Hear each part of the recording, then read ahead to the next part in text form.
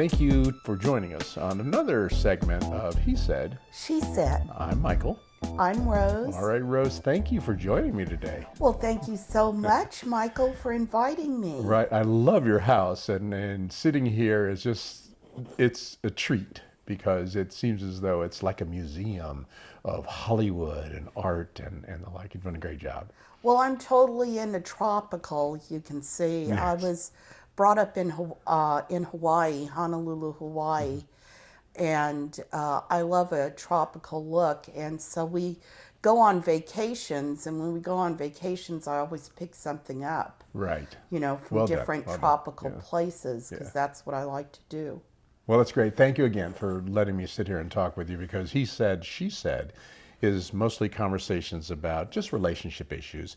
And I'm going to be the he said. I'm going to be the consistent male voice in here so that we don't have a whole lot of different random voices from men. But there are a variety of different women who talk about issues. So you have a couple of things that you and I talked about beforehand that you wanted to share, something that might be of interest to people. So what do you want to talk about today? Right, Michael, I'm in a type of relationship that most people aren't used to. I'm in a polygamous relationship. Okay. Basically just compared to monogamous. So you have... I have two husbands. Two husbands, okay. That I live with under one roof. Oh, in the same place? Yeah, right. In the same place. Tell me about that. How does that, first off, describe it, and how does that work out? What's it like to have two partners in the same house? Is there jealousy, or do you split your time, your resources, your interests? I mean, how do you coexist with two partners in one place? Well, first of all, we had a meeting about this, and we decided that it would be best. Now, I'm married. I have a husband. I've been married for over 35 years, and we separated back in 2011. And I met someone. He also met someone, but we always loved each other.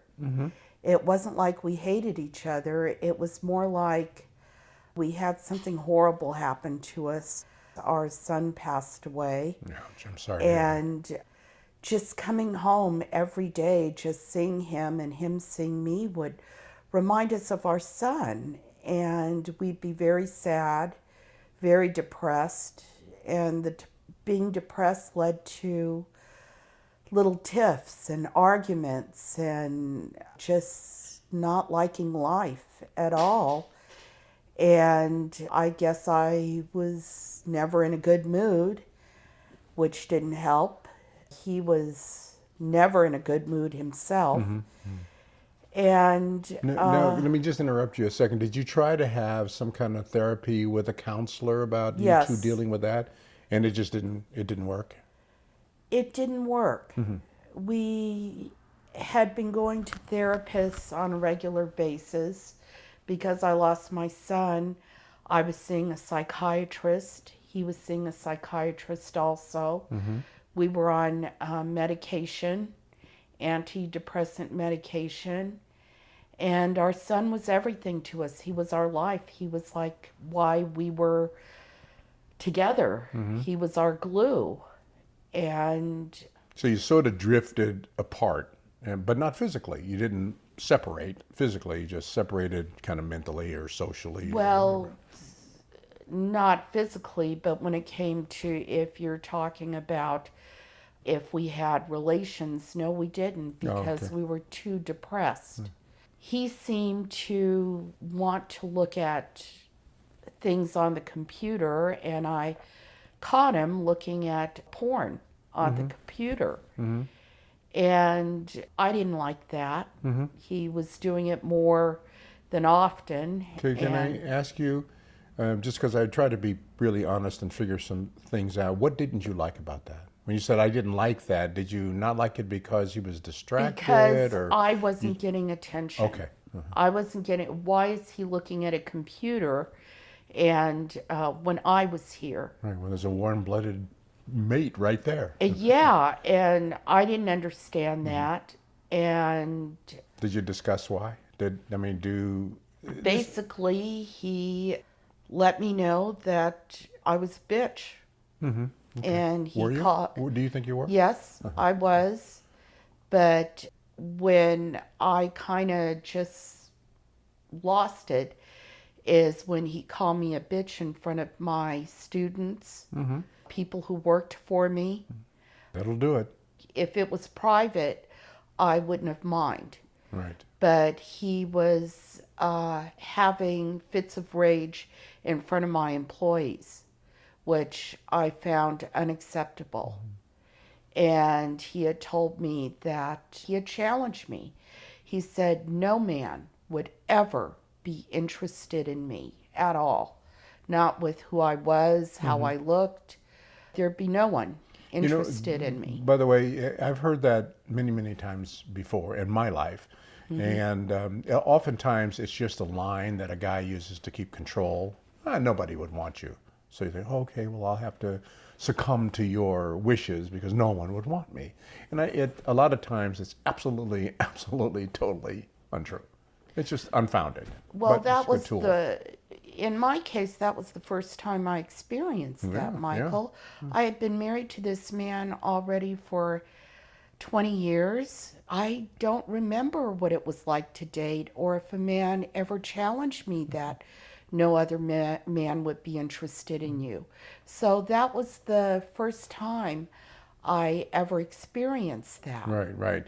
One of the biggest problems that I was hoping to accomplish, to address and maybe overcome, and he said, she said, was to get men and women to be willing to and able to communicate with each other. People are willing to do it, but they just don't know how. That's why they go to a therapist, so they can learn how to communicate. But Right. but if you had had a chance to communicate with him, sit down and say, listen, we're going through a lot of grief. I'm going to be a bitch because I lost my child, and he, a bell goes off or a light goes off in his head and he says, I get it, and I'm just going to have to accept that because you did and I did, so let's figure it out. But that didn't happen, and then almost never happens. No, it wasn't like I was innocent. I was a bitch before that. The reason why is his father tried molesting me. Oh, that's And off the charts. said that my husband didn't have to know about it. And instead of my husband addressing his dad, what he did is he addressed his mom. And his mom called me a liar. She called me other names too. This is on my wedding day, Michael. Is that just she did all that in denial of what's going? Well, of course she's in denial. Yeah. She blamed me Yeah. for the incident, but his father was drunk. Yeah. His Well, father was that's an absolutely no alcoholic. excuse. He was drunk. I guess they were in their 40s. Me and Chuck were in our 20s. And the man was attracted to me. And he didn't keep it a secret. He had no filter. He let me know. And I complained to my husband about it all the time, how he didn't stand up for me. And basically, our son was our glue that kept us together because I felt like there should have been some time he could have talked to his dad about it and Right. let me know I was upset, but he just avoided. And how old were you? everything. How old were you when you lost your son? I was 50 That's quite when a I while lost ago. my Oh, son. it's quite a while. Yeah, and I'm later. in my 60s now, almost my middle 60s. So in this conversation, you were talking about a polygamous relationship. So you had Right. explained what the impetus was for why you drifted apart. So how did you make that transition, or how do you make a transition? Do you recommend a polygamous relationship to other people? No, It's, not to all, but in my situation, it's different. My husband and I did split up, after. So you physically moved out, away from each other? I met someone first, Okay. and he was highly attracted to me, and I guess he just fell in love with me from the get-go. I met him in counseling because he had lost his wife of over 30 years, and I had lost my son, and I met him in counseling. in bereavement counseling. That's oftentimes the impetus for people getting together. Some kind of tragedy takes people apart and brings people together. And a lot of times the relationship that you have with your closest friend can be destroyed because you experience some real traumatic issue. Right. And then so that puts you back out there in the open, and then you meet someone who's experienced the same kind of a thing, some traumatic deal that brings you together. So a different person. All right, so you split up. So then in a polygamous relationship, how do you manage that? How do you bring the two together? So you split up with him, and now you have a new person. My new person I've been with for 8 years now. Oh, okay. And this was back in 2011. Me and my husband split, and I met a person who seemed like the male version of me. Oh, excellent. That's good. Wasn't it a good thing for you?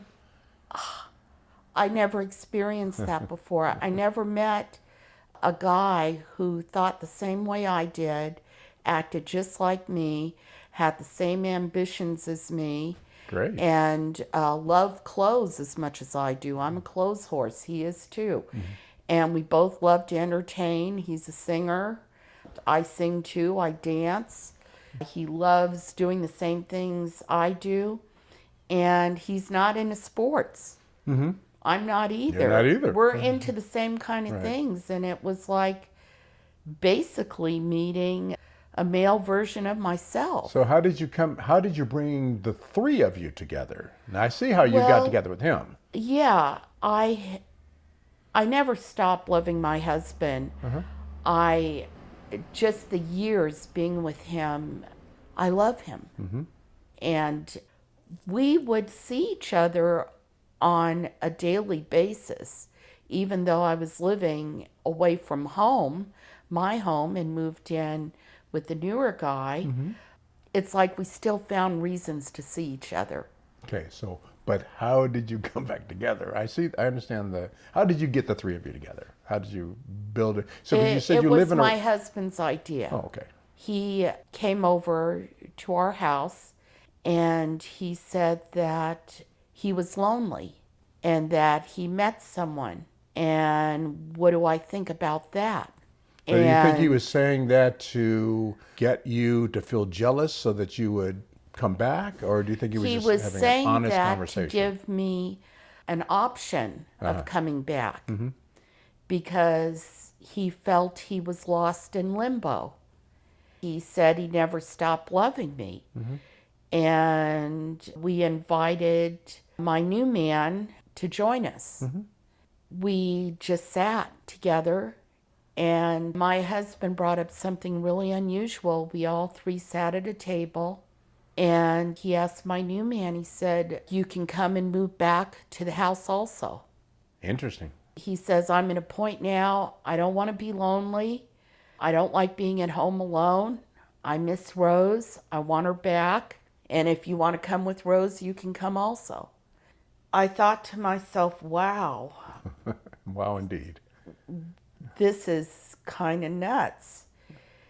And before you go any further, why don't we pick up? We'll come back again in a next podcast and follow through with details of the good and the bad, the difficulties, the challenges, the things that are great about, that may be great about a polygamous relationship from your perspective. Okay. Maybe not from everybody's, but hopefully everybody will join us on the next edition of He Said.